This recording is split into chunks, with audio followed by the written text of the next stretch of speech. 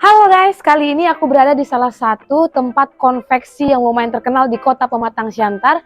Di sini tuh kalian bisa ngedesain baju, kaos, ataupun jaket untuk kelas ataupun ada event-event tertentu dan juga topi. Kalian mau tahu seperti apa rumah produksinya? Ikutin terus video ini, oke?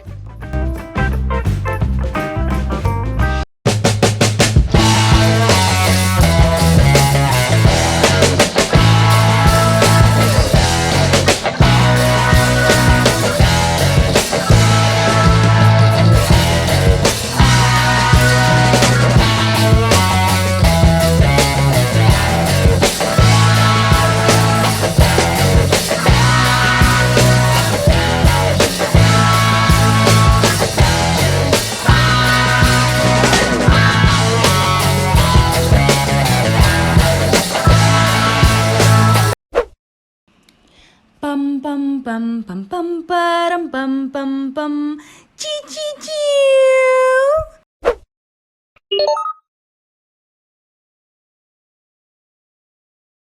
Halo Bang, Abang bagian apa di sini? Kepala produksinya. Oh, kepala produksi, semua kaos, jaket juga. Iya benar. Oh, berarti ini maksudnya produksi pembuatannya atau bagaimana Kalau Bang? ini untuk ini pola. Pola. Jadi sebelum dijadiin kaos, kita pola dulu, kita marker, gitu kan. Baru kita ini seperti ini lengan nih, lengan. Itu potongan badannya depan dan belakang. Terus itu dijahit. Oh, berarti ini diambilnya yang dari kain polosan gitu, dibentuk memang jadi Iya, kaos. dari bal gitu. Gulungan gitu ya? Iya, ini ada contohnya kalau mau lihat. Oh, gitu. Berarti dia gulungan besar Iya. jadi kaos. Satu bal. Oh. Jadi di marker dulu, baru dipotong-potong dijadiin kaos. Oh, begitu. Makanya bisa didesain sedemikian rupa ya, Bang. Dari Iya. L, XL, XL. XXL. Nah, untuk polanya ini ada Oh. XL, ada. Pola jahit ini desainernya gitulah ya. Iya, untuk kaos sih biasa. Tapi beda lagi kalau misalkan untuk kayak polo, untuk jaket beda lagi kan. Iya, iya. Ya, ada mesin potong yang ini, ada yang besar lagi Kak. Makanya bisa jadi Iya, sampai. bisa motong kalau satu hari dia Iya, satu hari berapa bisa dipotong itu, Bang? Produksinya? bisa 600 kalau untuk dipotong. 600. 4 jam itu 600. 4 jam. Yang lama gelarnya dia. Hmm. Jadi ada proses gelar. Setelah itu Abang kasih ke sana gitu. Ya, ini kalau misalkan gini, kalau dia polosan kita antar ke jahit. Kalau misalkan ada sablonannya, kita antar ke sablon. Jadi prosesnya kalau misalkan ada sablonan nih, disablon dulu, baru masuk ke proses jahit supaya dia mengantisipasi misalkan nih reject di produksi sablon, tidak satu baju. Nah, jadi masih setengah badan dia. Siapa Jadi tahu rusak masih gitu ya. lembaran ya, masih lembaran seperti ini Kak. Nah, masih lembaran seperti ini dia. Nah, ini kan setengah badan nih. Iya, iya. Di Nah, sablon ini nggak depan pas. ya. Diganti. Jadi kalau misalkan ada reject, dia hanya setengah badan. Iya. Nggak rugi-rugi kali gitu. Iya, ya. Efisiensi Kak. Iya, iya, efisiensi kerja ya. Boleh, boleh. Kalau untuk jahit pun ada beda-beda itu Kak. Ada proses obras, ada stick, ada rantai. Oh gitu. Iya, beda-beda. Kalau bulan lalu kami closingannya di 3.000. 1 bulan. Iya, di 3.000 piece. Oh, itu penggunanya orang-orang sini lah ya. Orang sini. Udah berapa tahun sih? Ini baru 3 bulan. 3 bulan. Iya. Keren sih untuk Sumatera Utara masih. Ini baru. Iya.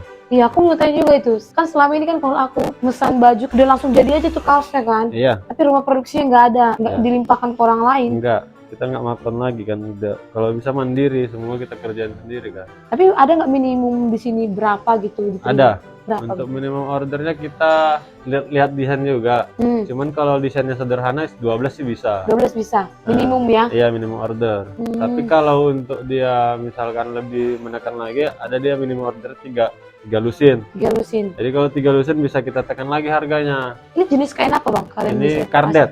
Kardet. Ini Iya. kardet. Ini kasar nih. Oh, ini berapa nih per kaos Bang? Kalau untuk ini ada startnya kita Kak dari 60.000 sampai Oh, kaos. tergantung desainnya. Tergantung desain. Tergantung desain, tergantung jenis kain. Oh, dapat 60.000. Iya, startnya dari 60.000. Anak-anak kreatif Siantar udah bisa kita cetak sendiri sesuai desain kita, sesuai request kita, bisa kita produksi di sini. Nggak usah jauh-jauh lagi. Iya. Buat lokal. Iyalah. Apain harus ke Pulau Jawa kok di sini ada ya kan? Iya, benar.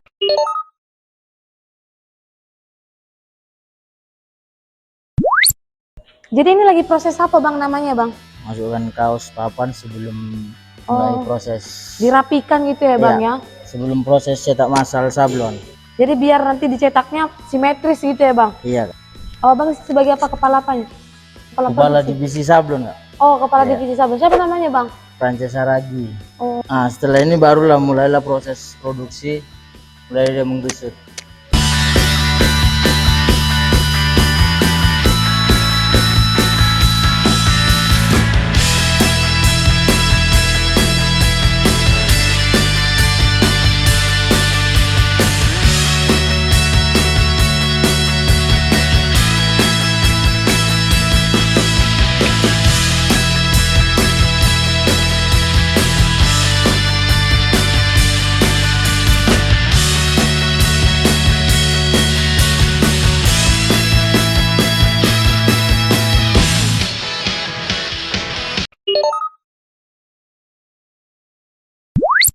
Ini bagian rantai Kak.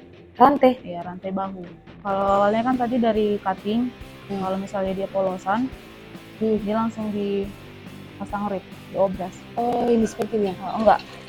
Kalau pasang rib ini kayak yang di depan. Oh pasang rib yang depan. Ya, dari setelah di rib dia jahit stick. Jahit stick. Ini jahit stick. Nah, setelah dari sini, setelah dari stick yang itu mesinnya masuk ke sini dia. Oh di sini pemakaian brand ya. Iya. Itu bagian obras pasang rib. Oh pasang rib ini ya. Iya.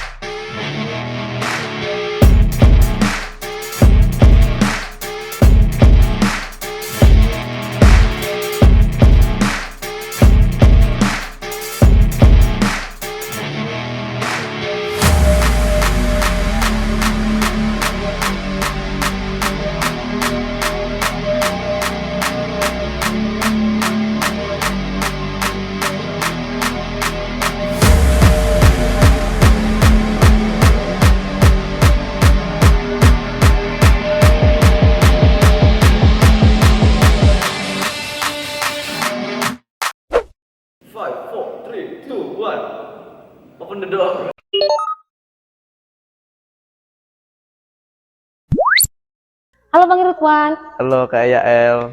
Jadi ini Bang Ridwan ini sebagai apa nih di Baga Konveksi? Kalau dibilang saya di Baga Konveksi itu jadi orang yang nyapu. Orang nyapu. Nyapu kerjaannya dari awal sampai akhir. Oh agak ini ya, agak bahasanya filsafat gitu ya. Kalau bisa tahu Konveksi Medan ini produksi apa? Baga Konveksi di Sumatera Utara kita memproduksi berbagai macam pakaian. Utamanya kaos, seragam training anak sekolah, jaket sama kemeja. Training celana juga? Betul, betul. Oh bisa juga? Betul. Topi gitu, tote bag, Topi aksesoris?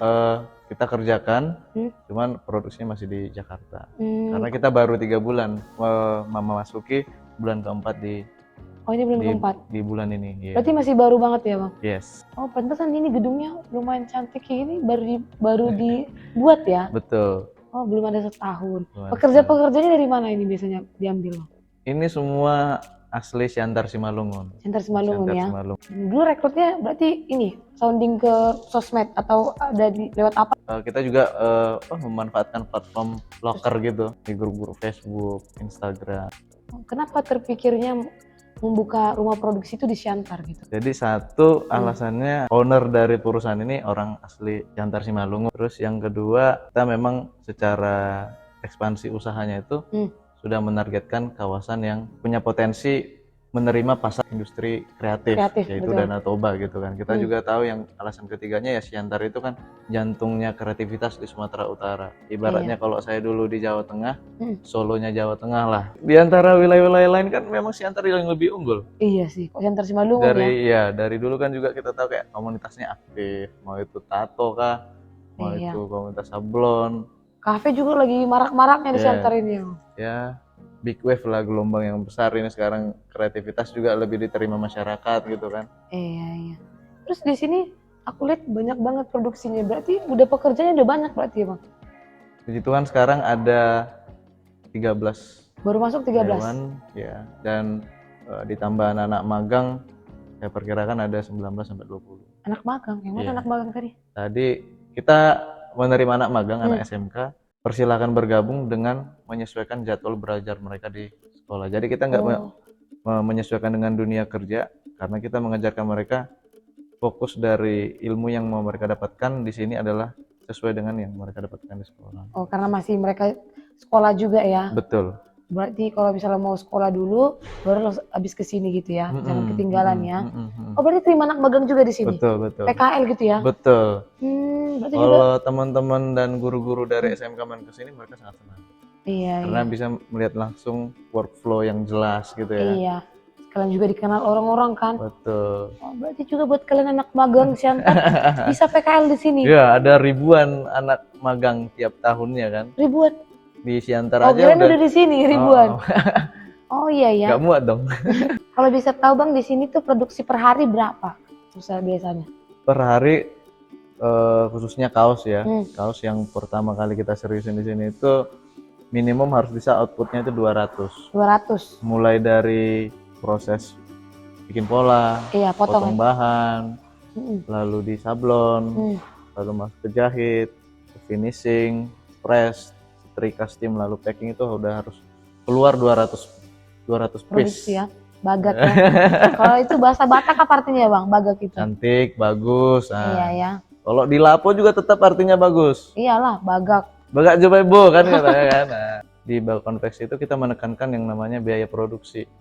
Menekan biaya produksi. Kenapa? Karena kita kan udah langsung yang dari tempahan semua. Otomatis harganya jauh lebih murah. Iya. Dan teman-teman di sini juga orang-orang yang profesional. Jadi kalau ditanya apa yang kami produksi, merchandise seperti kaos, topi, jaket, meja yang memang diterima oleh brand-brand yang ada di Sumatera Utara.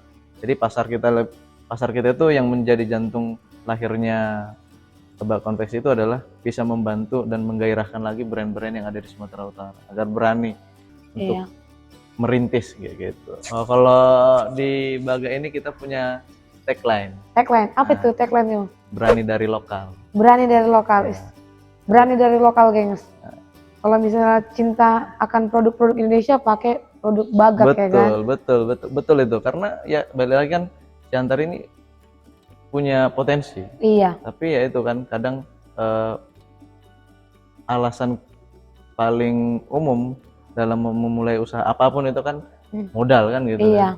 Kan? Ya di sini kita sudah unggul dari segi penekanan harga. Iya.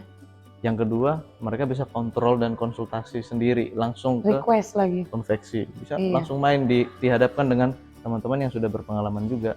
Iya. Dari teman-teman ini rata-rata dulunya adalah teman-teman yang juga bekerja di konveksi, mau di Siantar, di kabupaten lain, merantau, dari provinsi lain juga ada, tapi tetap asli Siantar Simalungun, yang pada akhirnya, ayo udah kerja di sini lah, dunianya sama. Mau nanya juga nih aku, kan dari sisi pengusaha ya, tadi kan kita udah produksi sama pengenalan tentang Baga Konveksi. Kalau dari sisi usaha, apa sih yang membuat kamu tertarik untuk masuk ke bagian konveksi ini gitu? Bagi anak, apalagi masih muda kan abang ya, kenapa berani terjun di bagian konveksi gitu? Iya, kenapa ya? Iya. Jadi dulu pas SMA saya sudah mulai coba ini, pribadi saya ya, saya udah pernah jadi agen lah bahasanya. Agen apa? Agen langit? Agen jersey dulu, jadi kalau ada kegiatan-kegiatan turnamen, OSIS Cup, saya sering istilahnya memaklarin lah, saya punya kenalan ini nih, beli di sini aja gitu kan. Kalau nggak beli dari saya aja. Kebetulan saya punya tabungan, jadi saya yang panjarin kan gitu kan bahasanya di sini, saya yang DP. Pengelolaan ya, pengadaan ya. Nah, terus berangkat kuliah, saya juga sudah sering main ke Tanah Abang gitu kan, ITC. Jadi menyaksikan gimana ada potensi nih. Karena kan balik lagi, kalau kebutuhan manusia itu ada yang namanya sandang, pangan, papan. Nah, pakaian ada di situ kan gitu kan. Jadi otomatis ini kebutuhan yang nggak bakal ada matinya. Iya. Terus yang kedua, spirit dari owner juga kayak gitu. Dari tahun 2015 saya tahu mereka udah serius membidangi dunia pakaian. Jadi kita ketemu, kita bertukar pikiran, kita sharing gimana kalau kita bikin konveksi di Jakarta tereksekusi, nah gimana kalau kita ekspansi ke wilayah yang bakal menjadi salah satu prioritas. Itu Danau Toba gitu kan. Udah dilaksanakan lah, apa namanya, dirancang lah bisnis visibility-nya, kelayakan bisnisnya, kapan dimulai, kapan harus BEP, berapa target hariannya, mingguan, bulanannya. Apa sih nasihat buat ini anak-anak muda yang ada di nonton di layar ini? Apa kira-kira advice yang abang berikan buat kami yang mungkin lagi bingung kan cari pekerjaan atau mau jadi pengusaha atau jadi pegawai gitu, menemukan jati diri gitu? Aduh, berat nih kalau anak muda yang disuruh menasehatin. Biasanya kan senior kan katanya kan? Kan kita dapat belajar dari segi berapa umur pun, lingkungan. Gitu ya. Masih muda, mau tua kan dapat berbagi nasihat. Jadi kalau yang saya alami selama ini, pertama tanyakan dulu gitu. Setiap pagi, aku bangun itu mau ngapain sih? Apa sih tujuanku ke depannya gitu. Itu dulu yang pertama. Kalau itu udah bisa dijawab, pertama dia bakal bangun dan memulai hari itu dengan bahagia. Bersemangat lah. Bersemangat karena dia udah tahu tujuannya mau ngapain. Betul. Nah, itu nasihat yang pernah diajarkan oleh Simon Sinek kalau nggak salah namanya. Nah, coba bisa jadi referensi itu. Itu buku wajib yang anak muda baca. Oh, Simon Sinek. Nah, karena itu juga yang bakal meyakinkan kita sebagai anak muda bahwa ada istilah bilang gini. Beberapa orang, kebanyakan orang itu sebenarnya udah meninggal saat usia 25 tahun. Karena tidak bisa menemukan why-nya. Oh, value-nya gitu. Value-nya dia. Tapi mereka tetap hidup dalam artian sebagai badan. Hanya badannya doang yang hidup. Tapi why-nya dia itu udah lama mati sejak usia 25. Dan dia dikubur di usia 70. Nangkep? Oh gitu ya? Iya sih, aku menemukan some people gitu. Itu kayak udah jadi istilahnya ya, udah aku jadi employee nih dari usia 25 tahun karena aku ya udah hidup kan bisa biasa aja kata dia. Tapi kan masing-masing orang perlu mempertanyakan apa ini yang ku cari selama ini kan gitu. Dan ya saya pernah ada di tahap itu. Saya jujur aja S1-nya kan bukan di bidang ini. Tapi saya punya strategi sendiri dengan apa yang saya impikan dan cara saya untuk meraih mimpi itu step by step hari per hari saya mulai dari dunia ini gitu. Jadi bersemangat gitu. Iya sih. Aku juga pernah di posisi gitu. Waktu aku dulu kan masih kuliah, itu aku banyak kegiatan jadi kayak tiap hari tuh senang. Nah, karena aku tipikal memang orangnya aktif ya. Aktif itu kayak aku apa ya hari ini ya? Ibaratnya aku setiap hari itu ada menciptakan karya. Betul. Atau enggak aku ikut suatu bagian untuk menemukan karya gitulah. Kalau misalnya waktu aku kuliah itu aku senang banget, tapi setelah habis selesai kuliah, karena pernah sih satu sisi aku pernah konsultasi juga ke orang tua kan, Ma aku mau jadi ini. Tapi mereka apa tuh? Ini itu apa? Aku dulu pernah pengen buka usaha lah. Nah, aku nggak mau jadi pegawai. Aku bilang, aku nggak suka pegawai karena aku jiwanya kreatif. Dulu aku gitu pernah cerita. Karena kalau pegawai itu monoton. Aku mau aku udah rencanain gini-gini. Terus dia bilang, kau kan masih muda, ngapain kamu pikirin semua? Nikah aja dulu baru bangun itu. Nah, dia pernah bilang itu. Aku termenung diam kayak rasanya itu dikubur gitu loh. Dikubur, dipedamin ke dalam terus mikir lagi. Udahlah, cobalah jadi pegawai. Pas coba jadi pegawai, tetap nggak menerima badan ini. Iya, tetap nggak menerima badan ini. Jiwanya nggak di situ. Dan memang nggak menikmati. Dan akhirnya itu Emang capek gitu ya. Iya capek, terus rasanya Nggak bersyukur, iya jangan-jangan. nggak bersyukur ya, ngeluh aja kerjanya, Iya, iya. ngeluh aja kayak rasanya tiap hari, aduh, kayak ada aja bad moodnya. Padahal uang ada, maksudnya bisa makan, Oke. ibaratnya nggak kekurangan, cuman rasanya itu gak kurang bersyukur. I don't know gitu kan. Iya. Tapi akhirnya aku setelah berpikir dan juga bergumul dan berfilsafat ya kan, merefleksikan diri kan, akhirnya aku gini, lebih baik aku mundur 1 langkah, tapi aku bisa maju 3 langkah 4 langkah, tapi aku nyaman gitu. Karena itu aku milih mundur, terus aku kembali lagi dari awal. Aku ambil apa yang sesuai dengan jiwaku, ya pelan-pelan, tapi aku enjoy sampai sekarang gitu. Emang bener sih itu, karena ada semangat kan, kita tahu mau jadi apa gitu. Tapi menurut aku juga salah satunya memang uang gak segalanya, Yes. ya kan? Tapi apa yang membuat kau itu kayak hidupmu itu jadi bermakna kan? Jadi kayak kau itu menjalani hidupmu itu senang, Iya. ya kan? Pas. Makanya kalau kadang dibilang aku mencari uang, karena gue pengen uang itu nggak membuat kau hidup kadang menurutku. Adapun uang kadang kala nggak hidup gitu, Iya, betul. ya nggak sih? Betul. Atau aku pernah di posisi kayak aku, kan pernah aku juga di posisi dulu aku tipikal orang yang cuan. Iya. Gak tau lah sejak kuliah, sejak aku merantau. Sebenarnya nggak ada yang salah dengan cuan. Iya, dulu aku sejak nggak tahu ya, mungkin dulu sama orang tua kan ada ya semua, jadi kayak merasa tak perlu. Tapi sejak kuliah aku merasa uang itu perlu ada di rekening. Iya nggak? Aku sejak jauh dari orang tua aku merasa aku harus punya tabungan. Nggak cukup dengan good looking ya. Iya, kayak Harus good rekening juga. buat rekening. Bukan ya, memang adanya terus. Misalnya adanya memang makan dan segala macam ada. Karena aku merasa aku terus punya uang tambahan, uang tabungan. Namanya manusia kan, selalu kayak mau lebih gitu kan. Nah, akhirnya aku cari cuan-cuan, but I'm not happy. Tapi sekarang aku menyadari kenyamanan batinku itu lebih utama dari apa-apa. Iya, betul. Iya. Daripada uang. Kenyamanan waktu itu nggak bisa dibeli Iya. dengan uang. Karena kita nggak tahu besok apakah hidup kita percuma kita nabung banget. Ya kan? Atau juga sama orang uang kita.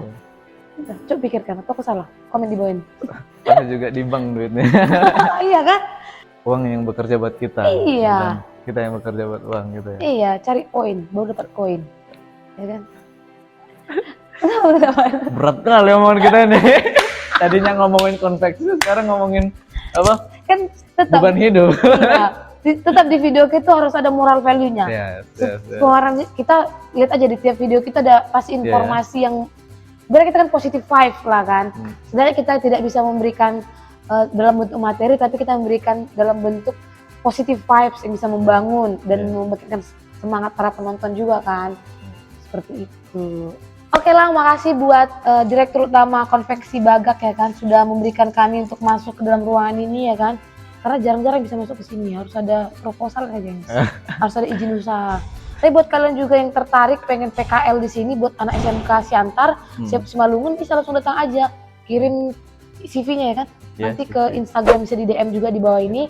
Dan juga buat teman-teman yang mungkin pengen juga jadi reseller ataupun juga pengen buat sesuatu bisa di apa namanya didesain, bisa langsung hubungin ke Bagak Konveksi yang di bawah ini ya kan. Mereka itu bisa membuat produksi merchandise, mau topi, tote bag, terus apa tadi training ya kan, baju, jaket, semua bisa. Tinggal DM aja lah Bang ini. Nanti ya Bang ini yang balas di Instagram di bawah ini ya kan. Iya. Cocok ini? Cocok. Oke. Thank you, makasih Ridwan. Oke. Terima kasih teman-teman, makasih ya El. Iya, oke. Semoga sukses. Sukses kita semua. Ini isi konten dari akunnya dia nih daging semua nih, jadi nggak salah untuk di share gitu ya. Iyalah. Tebarkan kebaikan. Iya dong, kita harus positive vibes ya kan. Jangan jadi inilah, yang aneh-aneh lah, agak lain. Agak lain. Iya, agak Kok lain. jadi yang sebelah. Oke, thank you buat kalian semua. Selalu jaga kesehatan. Dadah. Saya mau lanjut malam minggu.